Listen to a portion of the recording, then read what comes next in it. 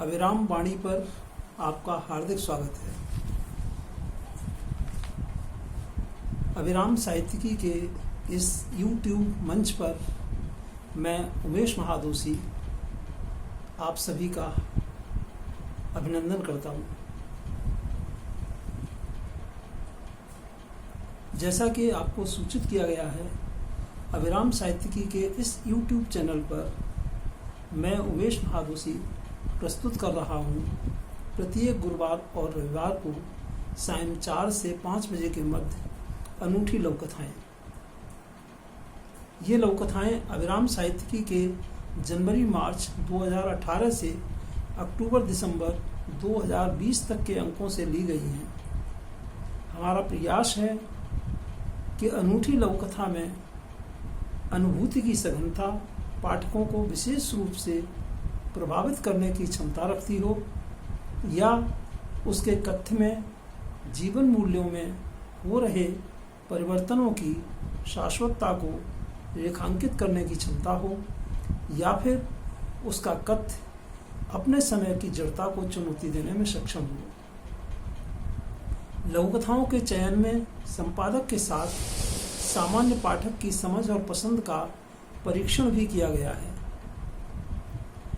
मित्रों, आप सब हमारी इस साहित्यिक यात्रा के सहयात्री हैं, इसलिए आप सब तक हमारा प्रत्येक वीडियो पहुंचना अत्यंत आवश्यक है। इसलिए हमारा आपसे अनुरोध है कि चैनल को सब्सक्राइब अवश्य करें। साथ ही सब्सक्राइब के बराबर वाला बेल आइकन यानी घंटी वाला आइकन पर क्लिक करके चैनल नोटिफिकेशन को ऑन करना न भूलें। ऐसा करने से हमारे प्रत्येक अपलोडेड वीडियो की सूचना आप तक पहुंचती रहेगी। तो आज रविवार को प्रस्तुत है युवा प्रतिभाशाली लघुकथाकार सत्या शर्मा कीर्ति की अनूठी लघुकथा सपनों का घर। सत्या जी की यह लघुकथा अभिराम साहित्यिकी के अप्रैल-जून 2020 अंक में शामिल की गई है। आज कई वर्षों बाद घर लौटकर आया हूँ हमेशा के लिए, किंतु ऐसा लग रहा है घर अब वो नहीं जिसे मैं छोड़कर गया था, या वो जो मुझे हर पल बुलाता रहा, खींचता रहा अपनी ओर।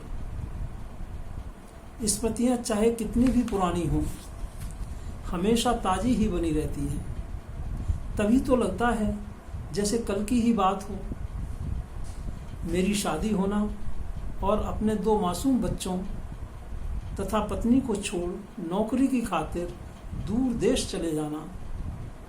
कभी कभी जब महीनों बाद कुछ दिनों के लिए आता था तो पत्नी बच्चे सब आसपास ही घिरे रहते। मैं भी सारे दिन दौड़ दौड़ कर घर की ज़रूरतों को पूरा करता रहता, उन्हें घुमाने ले जाता, अपना हर पल जैसे इन्हें दे देना चाहता था। कितनी खुशी होती थी पत्नी बच्चों के लिए कुछ करना, उनके साथ वक्त गुजारना। अपनी नौकरी पर एक छोटे से कमरे में रह अधिकांश बचाता रहा, नए नए सपने देखता रहा कि जब लौटूं तो किसी चीज़ की कमी ना रहे, पूरे परिवार के साथ हंसी खुशी जीवन गुजारूं। जीवन में जितने पल अकेले जिए हैं सब मिलजुल कर जी लूं। पर अब जब लौटा हूँ, बच्चे कॉलेज जाने लगे हैं और इतने बड़े हो गए हैं कि मेरी बातें उन्हें अच्छी नहीं लगती। पत्नी ने भी अपनी सामाजिक साहित्यिक गतिविधियों में खुद को व्यस्त कर रखा है और मैं आज भी वैसे ही एक अकेले कमरे में अक्सर गज़लें सुन अपने सपनों के घर की उम्मीद बुनता हूँ।